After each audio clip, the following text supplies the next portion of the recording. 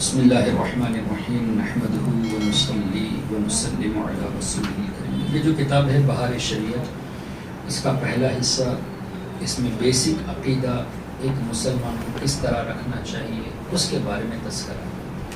For example اللہ پر کس طرح ایمان رکھا جائے، اللہ کے نبیوں پر کیسا عقیدہ رکھا جائے، کتابوں پر کیسے ایمان رکھے، فرشتوں پر کیسے ایمان رکھے، قیامت پر کیسے ایمان رکھے، تقدیر پر کیسے ایمان رکھے، جنت کے بارے میں کیا عقیدہ، جہنم کے بارے میں کیا عقیدہ، شفاعت کے بارے میں کیا عقیدہ، سب بیسک چیزیں اس میں بتائی گئی ہے۔ تو اس کتاب کو انشاءاللہ یہاں پڑھایا جائے گا، تو آپ لوگ ضرور اس میں شرکت کرنے کی کوشش کریں۔ اب برکت کے لیے کچھ، یعنی میں برکت حاصل کرنے کے لیے کچھ چیزیں آپ کے سامنے پیش کرتا ہوں۔ سب سے پہلے اس میں اللہ تعالیٰ کے تعلق سے ہیں، جیسے اللہ ایک ہے، قل هو اللہ احد۔ اللہ تعالیٰ نے اپنے بارے میں فرمایا کہ اے حبیب فرما دیجئے کہ اللہ ایک ہے، اللہ الصمد لم یلد ولم یولد ولم یکن لہ کفوا احد۔ اب اس کا کس طرح ڈیٹیل میں جائیں گے کہ اللہ ایک ہے، کوئی اس کا شریک نہیں، there is none to associate partners with اللہ تبارک و تعالیٰ، کوئی بھی اللہ تعالیٰ کا شریک نہیں، no one is there to have association with اللہ، نہ ذات میں نہ صفات میں، اللہ تعالیٰ کے پریزنس میں اور اللہ تعالیٰ کے ایٹریبیوٹس میں بھی کوئی اس کا شریک نہیں۔ لیکن ایک سوال پیدا ہو سکتا، اللہ سمیع ہے، وہ سنتا ہے، ہم بھی سنتے ہیں، تو شرکت تو ہوگی۔ اللہ دیکھتا ہے، ہم بھی دیکھتے ہیں، تو ایسوسیشن تو ہو گیا۔ یہ ایسوسیشن اس لیے نہیں ہے کہ اللہ کا سننا اپنے ذاتی طور سے ہے، اللہ کا دیکھنا ذاتی طور سے، ہمیں اللہ نے یہ طاقت دی ہے تبھی ہم سنتے اور دیکھتے ہیں۔ اگر اللہ نہ دیتا تو ہم نہیں کر سکتے، اللہ تعالیٰ کو کوئی دیتا نہیں ہے۔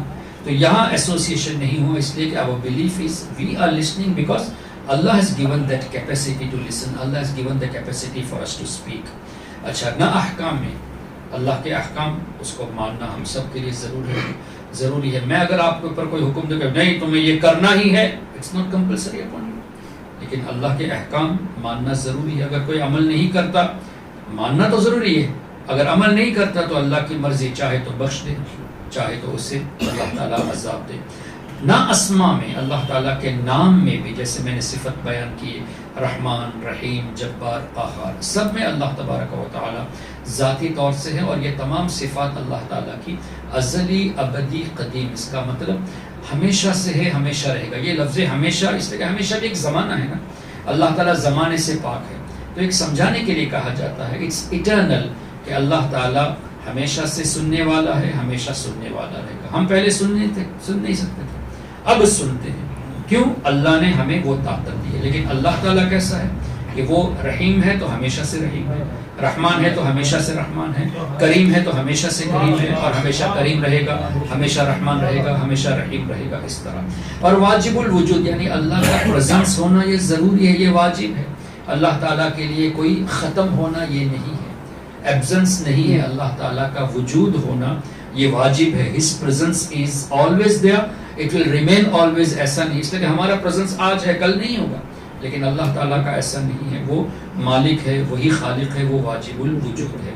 اچھا، یہ سب انشاءاللہ اس پر تفصیلی گفتگو کی جائے گی، لیکن میں اس میں ایک دو چیز آپ کے سامنے کچھ ایڈیشنلی اپنی طرف سے کہنا چاہتا ہوں۔ اپنی طرف سے مطلب یہ کہ اس کتاب سے ہٹ کر علماء کے اقوال سے کہنا چاہتا ہوں، وہ یہ ہے کہ اللہ تبارک و تعالی واجب الوجود ہے، اور اللہ تعالی اللہ الصمد بے نیاز ہے۔ تو بے نیاز کا مطلب کیا ہوا کہ کسی چیز کی ضرورت اللہ کو نہیں ہے، ضرورت تو ہمیں رہتی ہے ہر چیز کی، اللہ تعالی بے نیاز، it is not in need of anything۔ اور وَلَمْ يَكُنْ لَهُ كُفُوًا أَحَدٌ، اس کے لیے کسی چیز کی ضرورت نہیں ہے۔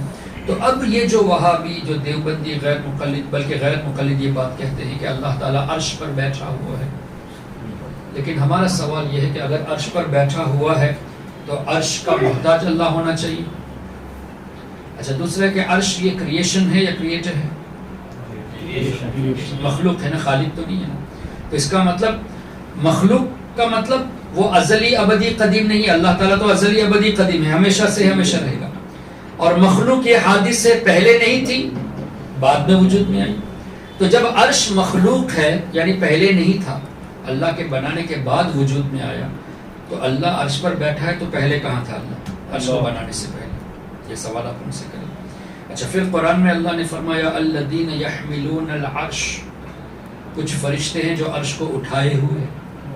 اگر تم کہتے ہو اللہ عرش پر بیٹھا ہے تو یہ بھی ماننا پڑے گا کہ فرشتے اللہ کو اٹھائے ہوئے ہیں. تو اللہ الصمد کے خلاف ہو نا, اللہ بے نیاز ہے اس کے خلاف ہو. اللہ کو بے نیاز بھی مانتے ہو اور اللہ تعالیٰ کے بارے میں جگہ کا بھی فکس کر, اس لیے کہ بیٹھنا, میں یہاں بیٹھا ہوں تو کرسی کی ایک سائز ہے تبھی نا, میری بھی ایک سائز فکس ہو گئی نا. تو عرش اگرچہ بڑی مخلوق ہے لیکن ایک سائز تو ہے.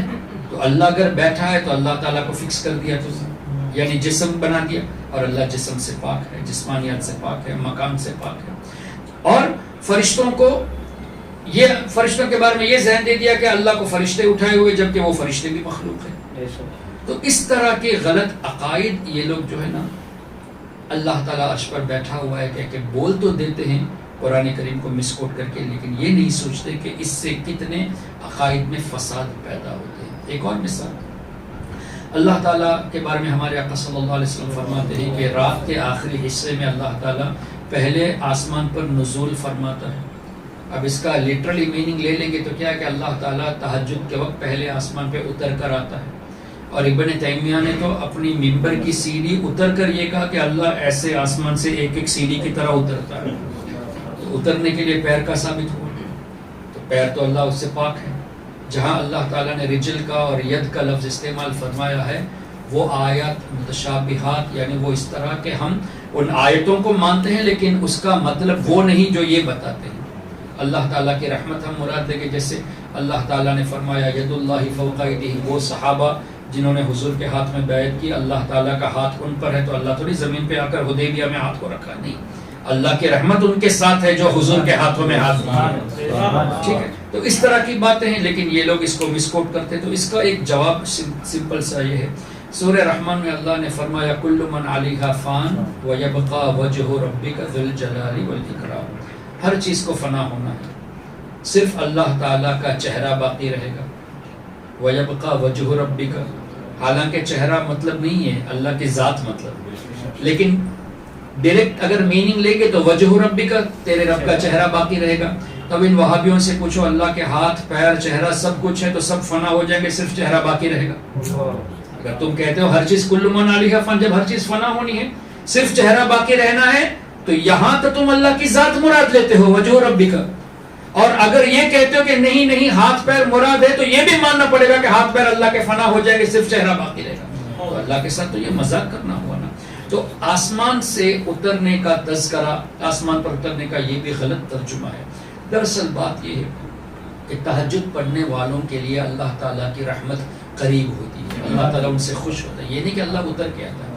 اگر اتر کے آتا ہے میننگ لیں گے تو مجھے بتائیے, ابھی میں کرسی پر بیٹھا ہوں, میں اگر نیچے آ جاؤں گا تو میں کرسی پہ ہوں یا نہیں ہوں؟ ابھی اوپر ہوں تو کیا میں زمین پر ہوں؟ نہیں. تو اللہ جب عرش سے اتر کے آتا ہے وہ بھی تہجد کے وقت, تو ابھی آپ کے چنئی میں عشاء کا وقت ہوا ہے نا, چاہے تہجد کا وقت تو نہیں ہوا نا. تو اس وقت اکارڈنگ ٹو وہابی آئیڈیالوجی اللہ کہاں پر ہے؟ عرش پر. اس وقت سنگاپور میں کتنے بجے ہوں گے؟ 10:30 یہاں پر ہے تو 1 بجا ہے. تو سنگاپور میں بھی تہجد کا وقت نہیں ہے. تو اکارڈنگ ٹو دیئر آئیڈیالوجی اللہ تعالیٰ ابھی بھی عرش پر ہے. لیکن اس وقت آسٹریلیا میں تہجد کا وقت ہے, قریب تقریباً 6.5 گھنٹے کا فرق ہے ایک ایک علاقے کے حساب سے. تو وہاں تہجد کا وقت ہے. تو اللہ تعالیٰ آسٹریلیا والوں کے لیے کہاں ہے؟ پہلے آسمان. انڈیا والوں کے لیے کہاں ہے؟ تو تم اللہ کو ایک ماننے کی دعوت دیتے اور تم خود 2 اللہ کو مانتے ہو. اس لیے کہ جب اللہ عرش پر ہے تو سب آسمان میں نہیں, آسمان میں تو عرش پر نہیں, تو تمہیں ماننا پڑے گا کہ تہجد کا وقت اگر آسٹریلیا میں تو اللہ تعالیٰ وہاں پہلے آسمان میں اور یہاں والوں کے لیے عرش پر ہے, تو تم ہی نے ایک اللہ کی دعوت دی اور تم ہی 2 اللہ مانتے ہو. تو یہ ان لوگوں کی بد دیانتی, ان کی بد عقیدگی ہے کہ یہ خود تو گمراہ ہے, دوسروں کو بھی گمراہ کرتے ہیں. اچھا, یہ قل هو اللہ احد اللہ الصمد لم یلد ولم یولد ولم یکن له کفوا احد, جس کی تشریح شروع میں کی گئی ہے بہار شریعت میں. دیکھیں اللہ کی شان دیکھیں, اللہ نے ایسا بھی نہیں فرمایا هو اللہ احد اللہ الصمد لم یلد ولم یولد, نہیں, قل ہے نا. کیا مطلب؟ اے میرے حبیب, تعریف میری ہو رہی ہے لیکن آپ اپنی زبان سے کہہ دیں کہ آپ کی زبان سے آپ فرما دیجئے کہ میری یہ شان ہے, میں بے نیاز ہوں.